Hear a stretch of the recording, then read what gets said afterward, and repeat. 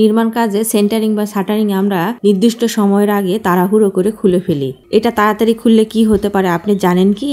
একটা বাড়ির একদম প্রথম থেকে শুরু করে শাটারিং বা সেন্টারিং কতদিন রাখতে হয় আজ আমি আপনাদের বলবো। বিভিন্ন কারণে ঠিকাদার বা মিস্ত্রি শাটারিং বা সেন্টারিং তাড়াহুড়ো করে খুলে থাকে। সেটা রেট কমের কারণে হতে পারে বা একাধিক কাজ থাকলে হতে পারে বা পর্যাপ্ত মালামাল না থাকলে মিস্ত্রি তাড়াহুড়ো করে শাটারিং বা সেন্টারিং খুলে ফেলে। ফাউন্ডেশন ঢালাই হয়ে যাওয়ার পর প্রথম যখন কলাম কাস্টিং করা হয় তখন যদি কাঠ দিয়ে পেরেক মেরে মেরে শাটারিং করা হয় তাহলে 3 দিনের আগে পাটাতন কোনোভাবে খোলা যাবে না। যদি 72 ঘন্টার আগে খোলেন তাহলে অনেক জায়গায় ক্র্যাক বা ভেঙে যেতে পারে। এবার চলে আসি বিল্ডিং এর পরের স্টেপে, টাই বিমে। টাই বিম ঢালাই হয়ে যাওয়ার পর সাইটের যে কাঠগুলো রয়েছে এগুলো 24 ঘন্টা পর খোলা যায় ঠিকই, কিন্তু ভালো বাড়ি নির্মাণ করতে যদি আপনি চান তাহলে আমি বলবো 48 ঘন্টা পর বিমের সাইটের কাঠগুলো খুলবেন। কারণ 24 ঘন্টা পর খুললে পেরেক দিয়ে লাগানো কাঠগুলোর কারণে সাইড দিয়ে ক্র্যাক চলে আসে। ক্র্যাক হওয়ার মূল কারণ হচ্ছে কংক্রিট ভালোভাবে জমাট হয় না। জমাট না হওয়ার কারণে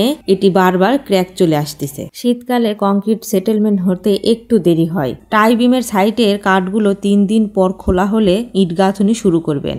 1 সপ্তাহ হলে বেশি ভালো হয়, এতে বিমের উপর ডাইরেক্ট লোডটা 3 দিন বাদে শুরু হয়। এবার যারা কলাম ঢালাই করছেন বোর্ড দিয়ে বা ফর্ম ওয়ার্ক দিয়ে, স্টিল বা লোহার বোর্ড যদি হয় সেক্ষেত্রে 16 থেকে 24 ঘন্টা বাদে খুলে ফেলা যায়, কারণ এখানে নাট বল্টু দিয়ে কানেক্ট করা হয়। নাট বল্টু বা চাবি সিস্টেম থাকার কারণে এটা খোলার সময় ক্র্যাক হওয়ার সম্ভাবনা খুবই কম থাকে। অনেক মিস্ত্রির কাছে ফর্ম ওয়ার্ক থাকে না। 10 inch by 12 inch 10 inch by 15 ইঞ্চি পিলারের কাঠের তক্তা দিয়ে পেরেক মেরে মেরে শাটারিং করা হয়। সাধারণত এই ধরনের শাটারিং করার সময় গোড়ার দিকে ক্র্যাক চলে আসে।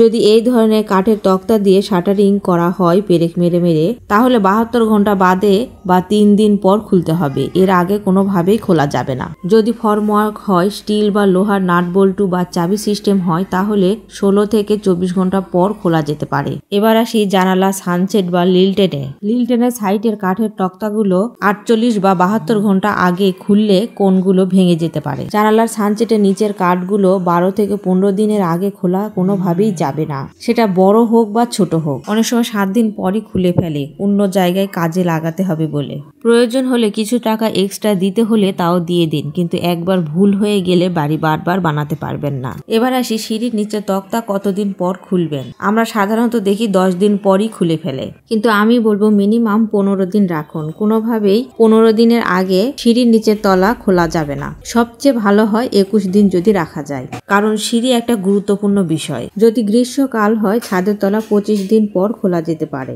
শীতকালে কংক্রিট সেটেলমেন্ট হতে একটু বেশি সময় লাগে, সেক্ষেত্রে আপনারা অবশ্যই 28 দিন পর ছাদের তলা খুলবেন। যদি বেশি তাড়াহুড়ো থাকে সেক্ষেত্রে আপনারা ধীরে ধীরে ছাদের তলা খুলবেন, একেবারে সম্পূর্ণ ছাদের তলা খুলে ফেলবেন না।